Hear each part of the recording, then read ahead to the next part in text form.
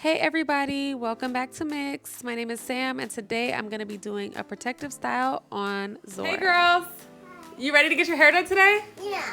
No, yes and no. Maybe so? Maybe. No. See you in our video. Yeah. See you.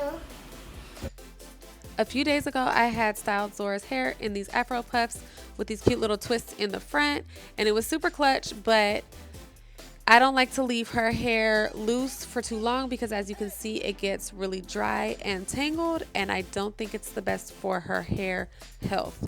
So now I'm going to go through and section off her hair and detangle it. So as you can see I make a small section, wet it, and then I use my Tangle Teaser, which is the best brush I've found for detangling my girl's hair.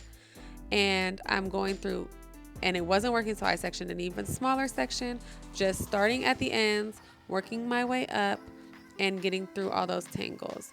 As I clear a section of hair, I twist it off so that it doesn't get tangled again while I'm waiting to finish the rest of her hair. So while I absolutely love Zora's natural hair and leaving her hair loose, as you can see, this is time consuming, and also she doesn't love sitting down getting her hair detangled. So I refrain from doing these loose styles as often, and I tend to put her hair in protective styles. And what I'm gonna go with today is a bunch of 2-strand twists. So I'm gonna section the back of her hair, which is just gonna be going straight across the back from ear to ear.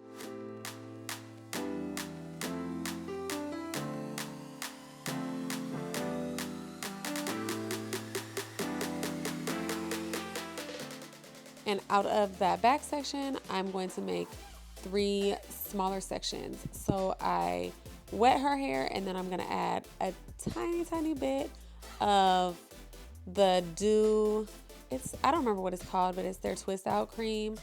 Just a tiny bit. And then I'm going to use these soft hair ties that I buy from Target, that I use in place of rubber bands because I'm trying really hard not to use rubber bands in their hair as frequent.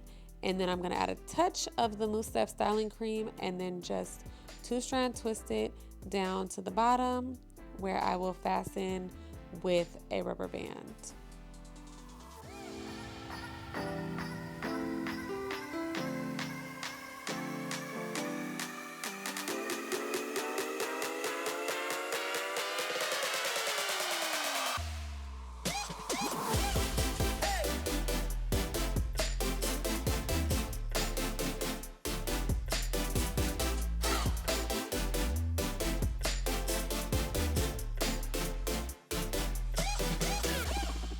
So then I'll just repeat this process for the other sections here. Now I want to touch a little bit on what a protective style is. I find that many people use the term loosely. Like I've seen a lot of people post protective style when they're doing rubber band styles, which rubber band styles are super cute, but if you're adding lots of tension to the scalp, no judgment from me, I just don't think that is very protective of the hair. There's a time and a place for it, and I just don't think, like, if your goal is to bring the most health to hair, I don't think that's the best style. That's me personally. So you'll see me, I'm trying not to have too much tension on her scalp, but I want her ends protected and I want her hair moisturized. Another thing about protective styles is I feel like a lot of people leave them in for a long time, and I like to cleanse my daughter's hair at least weekly. I find that buildup in her hair and on her scalp was contributing to dryness. So I'll do this style and I'll leave it in for a week and maybe 10 days tops, and then I'll take it out and cleanse her scalp.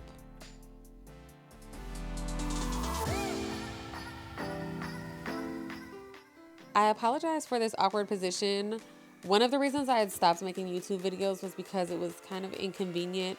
Every time I was doing their hair, I either looked crazy or I wasn't, my house was a mess, or it just wasn't a convenient time to record. But I'm trying to just push through You guys will see me looking a mess sometimes, but that's the reality of being a mom, and I'm gonna show you these styles, okay? So what I'm doing here is I'm making another part, and I'm trying to make it straight-ish, and it's kind of a U-shaped part that follows the curve of her head and goes from temple to temple.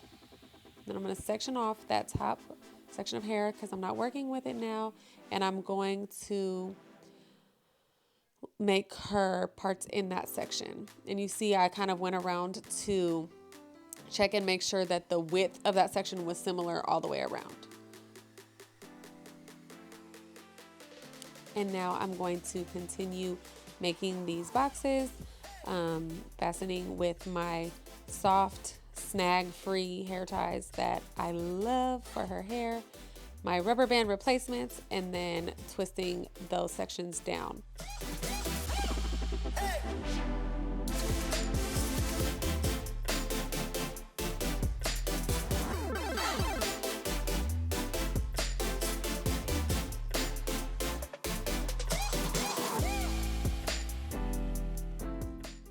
And here I slowed it down for you so you can see how I make these 2-strand twists.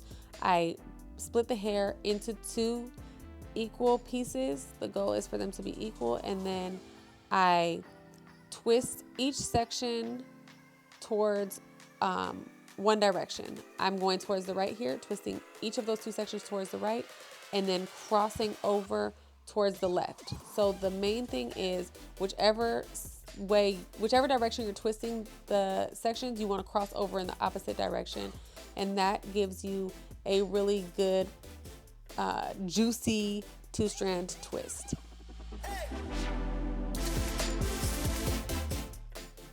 And here I'm going for, I believe it's called the bricklaying parts. Now, I'm not a braider. I'm not even really an expert on hair. God bless all the braiders. I don't know how you do all these parts so well. But the goal with how I'm parting these ponytail sections is for each part to line up in the middle of the part below it.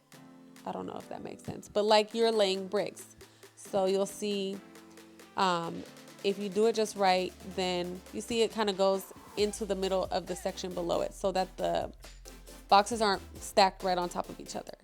That's the goal. It gives a really nice look at the end.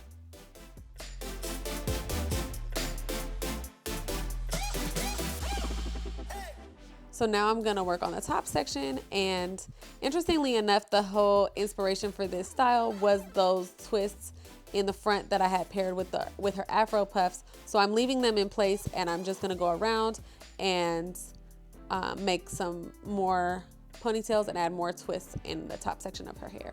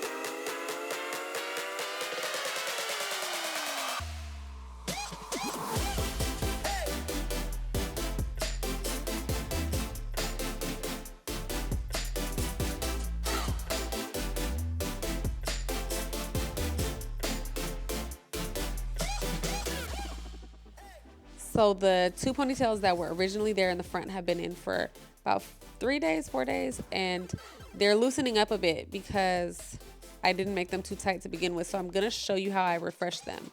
I take out the hair tie carefully, and I spray water, and then I just put the hair tie back in, and it looks brand new because the twists stay nice. It's just that the hair tie kind of loosens at the top, which is the goal because I didn't want it in too tight to begin with.